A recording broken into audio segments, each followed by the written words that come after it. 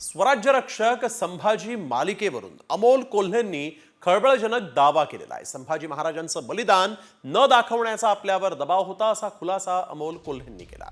मात्र या मालिकेचा शेवट विशिष्ट पद्धतीने दाखवावा अशी कोणतीही सूचना शरद पवारांनी दिली नव्हती असंही कोल्हेंनी स्पष्ट केलं आहे। या मालिकेविषयी किंवा या शेवटाविषयी प्रश्न विचारणाऱ्यांना आपल्या आईला बहिणीला एकदा हा प्रश्न विचारावा की जर हे अत्याचार रोज टेलिव्हिजनवर पाहिले असते तर तुम्हाला आवडलं असतं, तुम्हाला ते पाहावंसं वाटलं असतं का?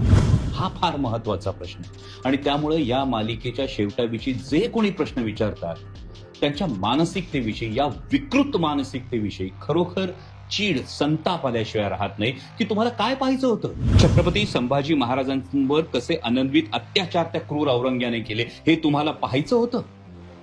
कशासाठी पाहायचं? हा आनंद मिळणार होता तुम्हाला?